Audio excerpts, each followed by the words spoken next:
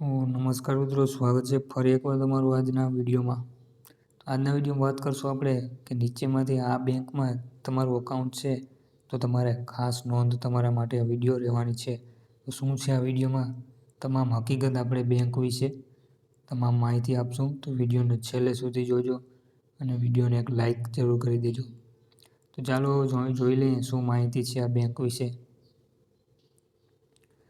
તો મિત્રો, અહીં તમે જોઈ શકો યુપીઆઈનો ઉપયોગ કરીને કોઈપણ ગ્રાહકને તેની એટીએમમાંથી કેશ ઉપાડશે તો તેમાંથી ફી એટીએમ ટ્રાન્ઝેક્શન મર્યાદા ગણાશે અને જો મફત મર્યાદા ઓળંગી જશે તો ચાર્જ લાગશે.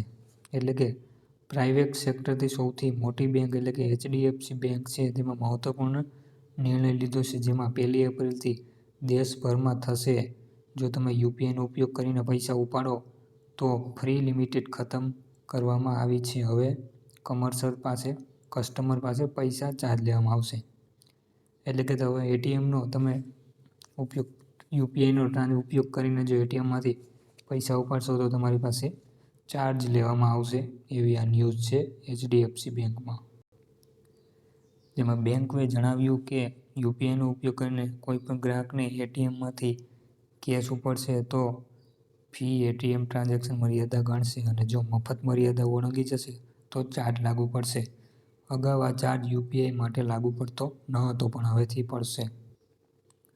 હવે આપણે જોઈએ કેટલા ટ્રાન્ઝેક્શન સુધી ફીમાં હોય છે. તો જો તમારી પાસે બચત ખાતું હોય અને તમે એચડીએફસી બેંકના એટીએમનો ઉપયોગ કરી રોકડા ઉપાડ કરો છો તો એચડીએફસી બેંકના ગ્રાહકો 5 મહિના મફત વ્યવહાર માટે પાત્ર છે. અન્ય બેંકોના ગ્રાહકો મેટ્રો શહેરમાં 3 મફત ટ્રાન્ઝેક્શન કરી શકો છો અને નોન મેટ્રો શહેરમાં રહેતા લોકો 5 ફ્રી ટ્રાન્ઝેક્શન માટે પાત્ર છે.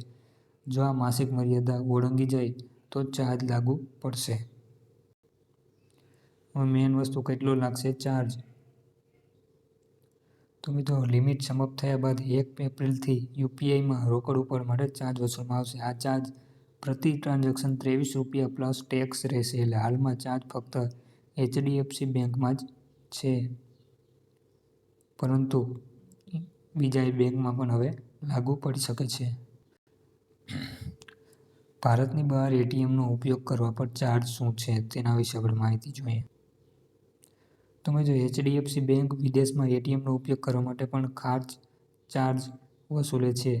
બિન વ્યવસ્થાપિત સેગમેન્ટ માટે દરેક બેલેન્સ પૂછપરછ ₹25 પ્લસ લાગુ કર વસૂલવામાં આવશે.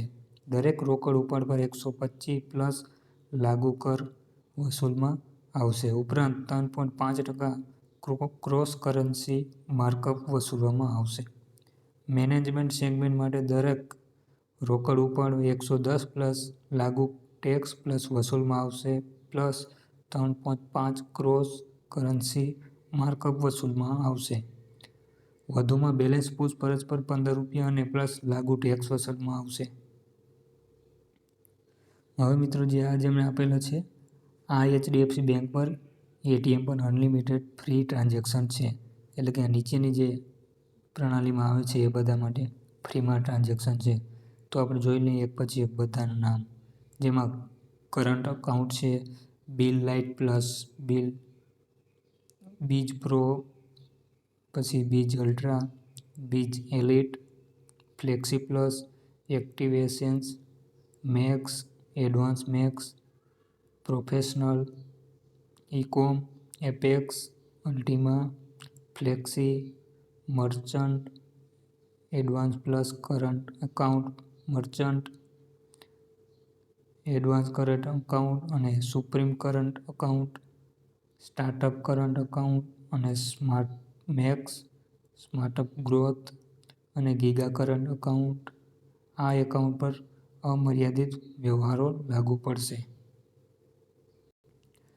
તો મિત્રો, આ હતો આજનો આપણો મુખ્ય વિડીયો, જેમાં બેંક વિશે આપણે માહિતી કરી કે જેમાં આ પ્રકારની બેંકમાં જો તમારો અકાઉન્ટ હોય તો તમારે ખાસ સૂચના લેવી જરૂરી છે. તો તમે સંપૂર્ણ સૂચના મેળવી લીધી હશે તો હવે વિડીયોને એક લાઇક કરી દેવો અને તમારા મિત્રો સુધી શેર પણ કરી દેવો જોઈએ, એને પણ આ સૂચના મળી રહે.